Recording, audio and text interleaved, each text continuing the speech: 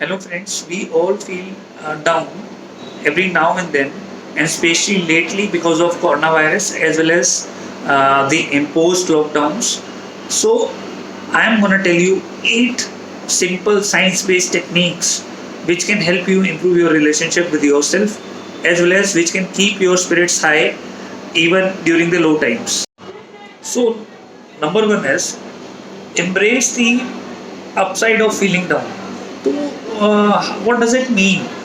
It means whenever you're lonely, or whenever you're anxious, or whenever you sad, or whenever you distressed at times, so you acknowledge it. You notice it in your head and say, "Okay, I'm going through this phase.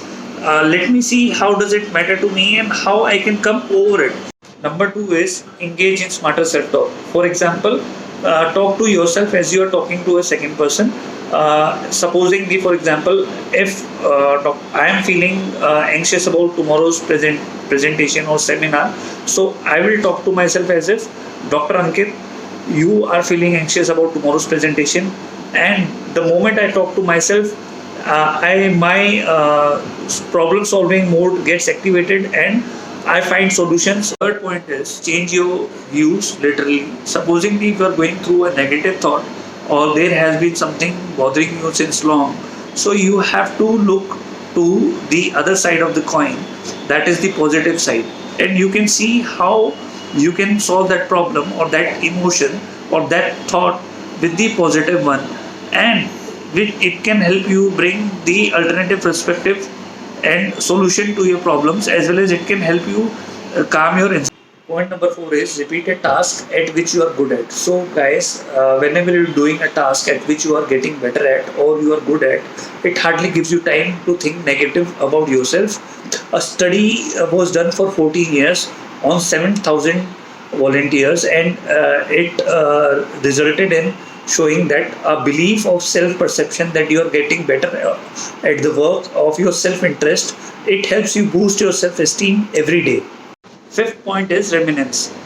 As people get older, the loss of loved ones, professional identity, and independence can threaten the sense of who they are. So, recalling moments from the past or telling stories from the past may bolster their self esteem, may promote the sense of identity, and may give the next generation some confidence and contribution to who they are. Sixth point is believe that you matter.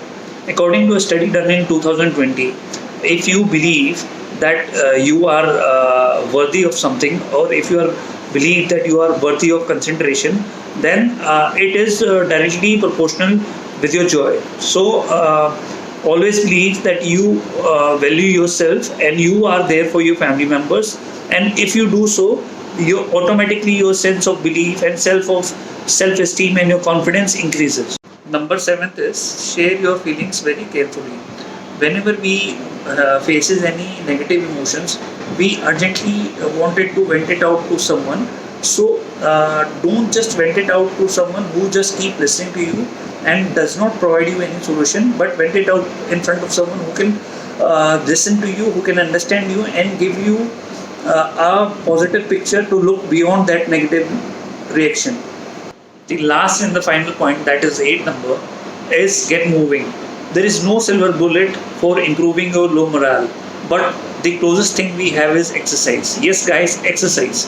I have been vocal about it since long, and I want to tell you, exercise is not only good for your stress management and overall mental health, but it also provides the sense of competence and accomplishment. So, guys, these were the 8 easy steps I told you how you can lift up your spirit in day to day life.